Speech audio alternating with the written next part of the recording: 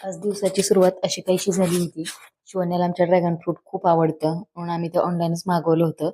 तर मी तिला छान असं स्कूलला जाताना कट करून दिलं, ती खात होती. तर सर्वज्ञ तिला सांगत होती की दीदी बाऊ आहे, खाऊ नको, म्हणजे त्यातल्या बिया काळ्या असतात आणि कुठल्या काळ्या पदार्थाला तिला असं वाटतं की तो बाऊ आहे म्हणून.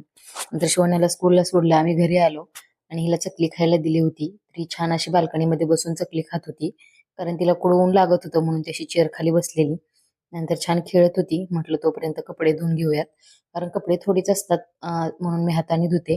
कधी जास्त असतील आठवड्यातनं 2 वेळाच फक्त मी मशीन लावते, कारण 8 किलोची मशीन आहे, तेवढे कपडे साठतील तेव्हाच मी मशीन लावते, कारण मशीनचा सुद्धा पुरेपूर वापर झाला पाहिजे. नंतर मामाचा फक्त संध्याकाळी फोन येतो आणि दुपारी आम्ही असे छान मामाचे व्हिडिओ बघतो, कारण आम्हाला दिवसभर कधी पण मामाची आठवण येत असते आणि मामा ऑफिसमध्ये असला की तो व्हिडिओ कॉलवर बोलत नाही.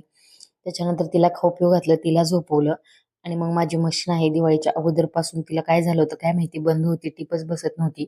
नंतर मी लगेचच तिला दुरुस्त करायला घेतलं. म्हटलं आता कुठे याला बाहेर 400-500 रुपये सर्व्हिसिंगला घालवायचे, त्यापेक्षा आपण घरीच करूया. आणि नेहमी मी घरीच मशीन सर्व्हिसिंग करते. माझी मशीन म्हणाल ना तर या मशीनने मला खूप काही दिले. जवळजवळ 12-13 वर्ष झाली या मशीनला मी वापरते. माझ्या लग्नाच्या अगोदर घेतलेली मशीन आहे, फक्त 5,000 रुपयामध्ये. खूप छान चालते आणि अजून सुद्धा म्हणजे याला जास्त काही काम निघत नाही. आम्ही घरी सर्व्हिसिंग करतो आणि मशीनचा वापर जो आहे तो कंटिन्यू असतो. म्हणजे मी बाहेरचं काही जास्त घेत नाही, पण घरातले किंवा माझे बाकीचे गावाकडचे बऱ्याच गोष्टी असतात, त्यामुळे मशीन कंटिन्यू चालू असते. त्याच्यानंतर मला एक रेसिपी शूट होती, तर मी ते शूट करून घेतलं आणि हे बघा म्हणजे चिमण्या कशा छान असं एन्जॉय करतायत. दुपारचं त्या मस्त गॅलरीमध्येच खेळत असतात, तर तिथंच मी त्यांना खायला आणून दिलं. तरी मी कटलेट बनवले होते, याचा व्हिडिओ आपल्या दुसऱ्या चॅनलवरती नक्कीच येईल. माझं अजून एक रेसिपीचं चॅनल आहे ज्याचं नाव आहे मधुशाज रेसिपी. आता दिवाळी तर झाली होती, पण ही लाइटिंग काय काढायचं होत नव्हतं. म्हटलं आज काढून घेऊयात, म्हणून याचा मुहूर्त आज लागला. लाइटिंग काढली छान अशी, मी गुंडाळून व्यवस्थित ठेवून सुद्धा दिली, कारण मुली वगैरे जात असतात ना, सारखं हात लावतात झाडांमुळे त्याला, म्हणून भीती सुद्धा वाटते. तर लाइटिंग काढली, नंतर या दोघी छान असं खेळत होत्या. आता हे खेळतायत तरी छान, पण यांनी इतका घरभर पसारा करून ठेवलाय ना. मी माझं काम चालू होतं किचनमध्ये, तोपर्यंत त्यांनी सगळ्या घरामध्ये इतका पसारा करून ठेवलाय. खेळणं तर काहीच नाही, पण फक्त पसारा करणं असतं.